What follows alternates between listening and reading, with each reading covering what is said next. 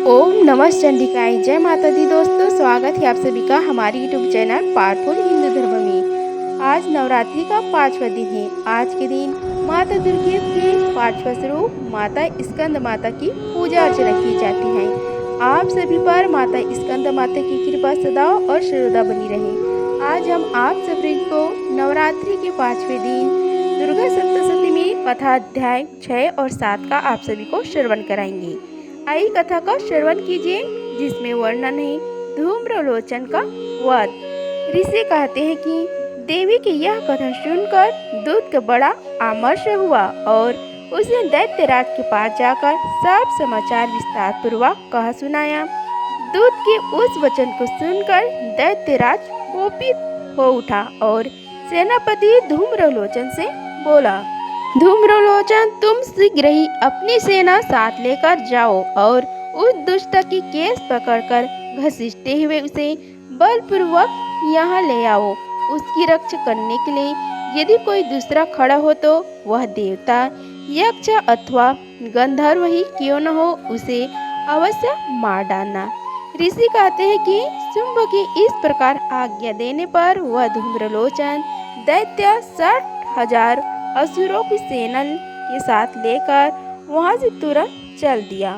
वहां पहुंचकर उसने हिमालय पर रहने वाली देवी को देखा और ललकार कर कहा, अरे तू शुंभ निशुंभ के पास चल। यदि इस समय प्रसन्नता पूर्वक मेरे स्वामी के समीप नहीं चलेगा तो मैं बलपूर्वक झोटा पकड़कर घसीटता हुआ तुझे ले चलूंगा। देवी बोली, तुम्हें दैत्य के राजा ने भेजा है। तुम स्वयं भी बलवान हो और तुम्हारे साथ विशाल सेना भी है। ऐसी दशा में यदि मुझे बलपूर्वक ले चलोगे तो मैं तुम्हारा क्या कर सकती हूँ। ऋषि कहते हैं कि देवी के यो कहने पर असुर धूम्रलोचन उनकी ओर दौड़ा। तब अंबिका ने हुम शब्द के उच्चारण मात्र से उसे भस्म कर दिया। फिर तो क्रोध में भरी हुई दैत्यों की विशाल सेना और अंबिका एक दूसरे पर तीखे सैनिकों को शक्तियों तथा फारसों की वर्षा आरंभ कर दी। इतने में ही देवी का वाहन सिंह क्रोध में भरकर भयंकर गर्जना करके गर्दन के बालों को हिलाता हुआ असुरों की सेना में कूद पड़ा। उसने कुछ ही दैत्यों को पंजों को मार से, कितनों को अपने जबड़ों से और कितनों को ही महादैत्यों को पटक कर ओट की डांठों से घायल करके मार डाला। उस सिंह ने अपनी नखों से कितनों के पेट फाड़ डाले और थप्पड़ मारकर कितनों के सिर धड़ से अलग कर दिए। कितनों की भुजाएं और मस्तक काट डाली तथा अपनी गर्दन के बाल हिलाते हुए उसने दूसरे दैत्य के पेट फाड़कर उनका रक्त चूस लिया। अत्यंत क्रोध में भरे हुए देवी के वाहन उस महाबली सिंह ने क्षण भर में ही असुरों की सारी सेना का संहार कर डाला। शुंभ ने जब सुना कि देवी ने धूम्रलोचन असुरों को मार डाला तथा उसके सिंह ने सारे सेना का सफाया कर डाला, तब उस दैत्य की राजा को बड़ा क्रोध हुआ। उसका ओठ कांपने लगा। उसने चंड और मुंड नामक 2 महादैत्यों को आज्ञा दी, हे चंडा और हे मुंड, तुम लोग बहुत बड़ी सेना लेकर वहां जाओ। उस देवी के झोटे पकड़कर अथवा उसे बांधकर शीघ्र यहाँ ले आओ। यदि इस प्रकार उसको लाने में संदेह हो तो युद्ध में सब प्रकार के अस्त्र शस्त्रों तथा समस्त असुरी सेना का प्रयोग करके उनकी हत्या कर डाला। उस दुष्ट की हत्या होने तथा सिंह के भी मर जाने पर उस अंबिका को बांधकर शीघ्र ही मेरे पास लौट आना। इस प्रकार श्री मार्कंड पुराण में सवर्णिक मारवंतर की कथा के अंतर्गत देवी महात्मा में धूम्रलोचन वध का नामक 6ठा अध्याय पूरा हुआ। बोलो अंबिका माँ की जय। आप श्रवण कीजिए कथा अध्याय 7 का, जिनमें वर्णन है चंड और मुंड का वध। ऋषि कहते हैं कि तदंतर शुंभ की आज्ञा पाकर वे चंड मुंडा आदि दैत्य चतुरंगिनी सेना के साथ अस्त्र शस्त्रों से सुसज्जित हो चल दिए। फिर गिरिराज हिमालय के सुवर्णमय ऊंचे शिखर पर पहुंचकर उन्होंने सिंह पर बैठी देवी को देखा। वे मंद मंद मुस्कुरा रही थी। उन्हें देखकर दैत्य लोग तत्पर से पकड़ने के उद्योग करने लगे। किसी ने धनुष तान लिए, किसी ने तलवार संभाली और कुछ लोग देवी के पास आकर खड़े हो गए। तब अंबिका ने उन शत्रुओं के प्रति बड़ा क्रोध किया। उस समय क्रोध के कारण उनका मुख काला पड़ गया, ललाट में भौहें टेढ़ी हो गई और वहां से तुरंत विकराल मुखी काली प्रकट हुई, जो तलवार और पास ले हुई थी। वे विचित्र खड़ग वाग धारण किए और चीते के चर्म की साड़ी पहने नर मुंडों की माला से विभूषित थी। उनके शरीर का मांस सूख गया था, केवल हड्डियों का ढांचा था, जिसे वे अत्यंत भयंकर जान पड़ती थी। उनका मुख बहुत विशाल था, जीभ लपलपाने के कारण वे और भी डरावनी प्रतीत होती थी। उनकी आंखें भीतर की ओर धसी हुई और कुछ लाल थी। वे अपने भयंकर गर्जना से संपूर्ण दिशाओं को गुंजा रही थी। बड़े बड़े दैत्यों को वध करती हुई वे कालिका देवी बड़े वेग से दैत्यों की उस सेना पर टूट पड़ी और उन सबका भक्षण करने लगी। वे पार्श्व रक्षकों, अंकुशधारी महावतों, योद्धाओं और घंटा सहित कितने हाथियों को एक ही हाथ से पकड़कर मुंह में डाल लेती थी। इसी प्रकार घोड़े, रथ और सारथी के साथ रथी सैनिकों को मुंह में डालकर वे उन्हें बड़े भयानक रूप से चबा डालती।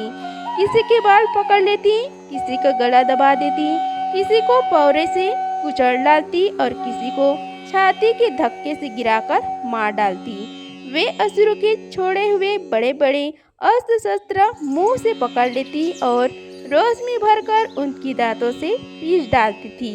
काली ने बलवान एवं दुर्वात्मा दैत्यों की वह सारी सेना रौंद डाली तथा खा डाली और कितनों को मार भगाया। कोई तलवार के घाट उतारे गए, कोई खड़ग वाग से पीटे गए और कितने ही असुर दांतों के अग्रभाग से कुचले जाकर मृत्यु को प्राप्त हो गए। इस प्रकार देवी ने असुरों की उस सारी सेना को क्षण भर में मार गिराया। यह देख चंड उन अत्यंत भयानक काली देवी की ओर दौड़ा तथा महादैत्य मुंड ने भी अत्यंत भयंकर बाणों के वर्ष से तथा हजारों बार चलाए हुए चक्रों से उन भयानक नेत्रों वाली देवी को आच्छादित कर दिया। वे अनेक चक्र देवी के मुख में समाते हुए ऐसे जान पड़े मानो सूर्य के बहुत तेरे मंडल बादलों के उदर में प्रवेश कर रहे हो। तब भयंकर गर्जना करने वाली काली ने अत्यंत रोष में भरकर विकट अट्टहास किया। उस समय उनके विकराल वंदन के भीतर कठिनता से देखे जा सकने वाली दांतों की प्रभा से वे अत्यंत उज्जवल दिखाई देती थी। देवी ने बहुत बड़ी तलवार हाथ में ले हम का उच्चारण करके चंड पर धावा किया और उसके केस पकड़कर उसी तलवार से उसका सर काट डाला। चंड को मारा देखकर मुंड भी देवी की ओर दौड़ा। तब देवी ने रोष में भरकर उसे भी तलवार से घायल करके धरती पर सुला दिया। महाप्रक्रमी चंड और मुंड को मारा गया देख मरने से बची हुई बाकी सेना भय से व्याकुल हो चारों ओर भाग गई। तदंतर काली ने चंड और मुंड का मस्तक हाथ में ले चंडिका के पास जाकर प्रचंड अट्टहास करते हुए कहा, हे देवी, मैंने चंड और मुंड नामक इन दो महापशुओं को तुम्हें भेंट किया। अब युद्ध यज्ञ में तुम शुंभ और निशुंभ को स्वयं ही वध करना। ऋषि कहते हैं कि वहां लाए हुए उन चंडमुंड नामक महादैत्यों को देखकर कल्याणमयी चंडी ने काली से मधुर वाणी में कहा। देवी ने कहा, तुम चंड और मुंड को लेकर मेरे पास आई हूँ, इसलिए संसार में चामुंडा के नाम से तुम्हारी ख्याति होगी। इस प्रकार श्री मार्कंडेय पुराण में सवर्णिक मानवंतर की कथा के अंतर्गत देवी महात्म्य में चंडमुंड वध का 7वां अध्याय पूरा हुआ। बोलो चामुंडा देवी की जय। आइए अब श्रवण कीजिए कथा अध्याय 8 का। इसमें वर्णन है रक्त बीज का वध। ऋषि कहते हैं कि चंड और मुंड नामक दैत्यों के मारे जाने तथा बहुत सी सेना का संहार हो जाने पर दैत्यों के राजा प्रतापी शुंभ के मन में बड़ा क्रोध हुआ और उसने दैत्यों की संपूर्ण सेना को युद्ध के लिए कूच करने की आज्ञा दी। वह बोला, अब उदय युद्ध नामक 86 दैत्य सेनापति अपनी सेनाओं के साथ युद्ध के लिए प्रस्थान करें।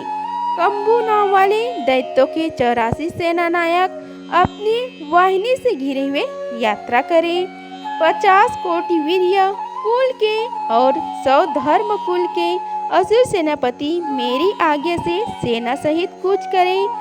काला दो हृदय मौर्य और काल के असुर भी युद्ध के लिए तैयार हो मेरी आज्ञा से तुरंत प्रस्थान करें। भयानक शासन करने वाला असुराज शुंभ इस प्रकार आज्ञा दे सहस्त्रों बड़ी बड़ी सेनाओं के साथ युद्ध के लिए प्रस्थित हुआ। उसकी अत्यंत भयंकर सेना आती देख चंडिका ने अपने धनुष के टंकार से पृथ्वी और आकाश के बीच का भाग गुंजा दिया। हे राजन, तदंतर देवी के सिंह ने भी बड़े जोर जोर से दहाड़ना आरंभ किया। फिर अंबिका ने घंटों के शब्द से उस ध्वनि को और भी बढ़ा दिया। धनुष की टंकार, सिंह की दहाड़ और घंटे की ध्वनि से संपूर्ण दिशाएं गूंज उठी। उस भयंकर शब्द से काली ने अपने विकराल मुख को और भी बढ़ा लिया तथा इस प्रकार वे विजयी हुई। उस तुमुल नाद को सुनकर दैत्यों की सेनाओं ने चारों ओर से आकर चंडिका देवी, सिंह तथा कालिका देवी को क्रोधपूर्वक घेर लिया। हे राजन, इसी बीच में असुर के विनाश तथा देवताओं के अभय युद्ध के लिए ब्रह्मा, शिव, कार्तिकेय, विष्णु तथा इंद्र आदि देवों की शक्तियाँ जो अत्यंत पराक्रम और बल से संपन्न थी, उनके शरीरों से निकलकर उन्हीं के रूप में चंडिका देवी के पास गई। जिस देवता का जैसे रूप, जैसे वेश भूषा और जैसे वाहन है, ठीक वैसे ही साधनों से संपन्न हो उसकी सद्दी असुरों से युद्ध करने के लिए आई। सबसे पहले हंस युक्त विमान पर बैठी हुई अक्षसूत्र और कमंडा से सुशोभित ब्रह्मा जी की शक्ति उपस्थित हुई, जिसे ब्रह्माणी कहते हैं। महादेव जी की शक्ति वृषभ पर अरूढ़ हो, हाथों में श्रेष्ठ त्रिशूल धारण किए, महानाग का कंकड़ पहने, मस्तक में चंद्रखा से विभूषित हो वहां आ पहुंची। कार्तिकेय जी की शक्ति रूपा जगदम्बिका उन्हीं का रूप धारण किए श्रेष्ठ मयूर पर अरुण हो, हाथ में शक्ति ले दैत्य से युद्ध करने के लिए आई। इसी प्रकार भगवान विष्णु की शक्ति गरुड़ पर विराजमान हो, शंख, चक्र, गदा, शंख, धनुष तथा खड्ग हाथ में ले वहां आई। अनुपम यज्ञ वाराह का रूप धारण करने वाली श्री हरि की जो शक्ति है, वह भी वाराह शरीर धारण करके वहां उपस्थित हुई। नरसिंह की शक्ति भी नृसिंह के समान शरीर धारण करके वहां आई। उसकी गर्दन के बालों के झटके से आकाश के तारे बिखर पड़ते थे। इसी प्रकार इंद्र की शक्ति व्रज हाथ में लिए गजराज ऐरावत में बैठकर आई। उसके भी सहस्त्र नेत्र थे। इंद्र का जैसे रूप है वैसे ही उसका भी था। तदंतर उन देव शक्तियों से घिरे हुए महादेव जी ने चंडिका से कहा, मेरी प्रसन्नता के लिए तुम शीघ्र ही इन असुरों का संहार करो। तब देवी के शरीर से अत्यंत भयानक और परम उग्र चंडिका शक्ति प्रकट हुई, जो सैकड़ों गिडहरियों की भांति आवाज करने वाली थी। उस अपराजिता देवी ने धूमिल जटा वाली महादेव जी से कहा, हे भगवान, आप शुंभ निशुंभ के पास दूत बनकर जाइए और उन अत्यंत गर्विले दानव शुंभ एवं निशुंभ दोनों से कहिए, साथ ही उनके अतिरिक्त भी जो दानव युद्ध के लिए वहाँ उपस्थित हो, उनको भी यह संदेश दीजिए, दैत्यों, यदि तुम जीवित रहना चाहते हो तो पाताल को लौट जाओ। इंद्र को त्रिलोक का राज्य मिल जाए और देवता यज्ञ भाग का उपयोग करें। यदि बल के घमंड में आकर तुम युद्ध की अभिलाषा रखते हो तो आओ, मेरी सिवाय योगिनी तुम्हारे कच्चे मांस से तृप्त हो जाएंगे। क्योंकि उस देवी ने भगवान शिव को दूत के कार्य में नियुक्त किया था, इसलिए वह शिवदूती के नाम से संसार में विख्यात हुई। वे महादैत्य भी भगवान शिव के मुंह से देवी के वचन सुनकर क्रोध में भर गए और जहाँ कात्यायनी विराजमान थी उस ओर बढ़े। तदंतर वे दैत्य आमर्ष में भरकर पहले ही देवी के ऊपर बाण, शक्ति और सृष्टि आदि अस्त्रों की वृष्टि करने लगी। तब देवी ने भी खेल खेल में ही धनुष की टंकार की और उसे छोड़े हुए बड़े बड़े बाणों द्वारा दैत्यों के चलाए हुए बाण, शूल, शक्ति और फर्शों को काट डाला। फिर काली उनके आगे होकर शत्रुओं को शूल के प्रहार से विदीर्ण करने लगी और खड़ग वाक से उनका कचुम्बन निकालती हुई रणभूमि में विचरने लगी। ब्राह्मणी भी जिस जिस ओर दौड़ती उसी उसी ओर अपने कमंडल का जल छिड़क कर शत्रुओं के ओज और पराक्रम को नष्ट कर देती थी। महेश्वरी ने त्रिशूल से तथा वैष्णवी ने चक्र से और अत्यंत क्रोध में भरी हुई कुमार कार्तिकेय की शक्ति से दैत्यों का संहार आरंभ किया। इंद्र की शक्ति ने वज्र प्रहार से विदीर्ण हो सैकड़ों दैत्य दानव रक्त की धारा बहाते हुए पृथ्वी पर सो गई। वाराही की शक्ति ने कितनों को अपनी थूथनी की मार से नष्ट किया। दाढ़ों के अग्रभाग से कितनों को छाती छेद डाली तथा कितने ही दैत्य उनके चक्र की चोट से विदीर्ण होकर गिर पड़े।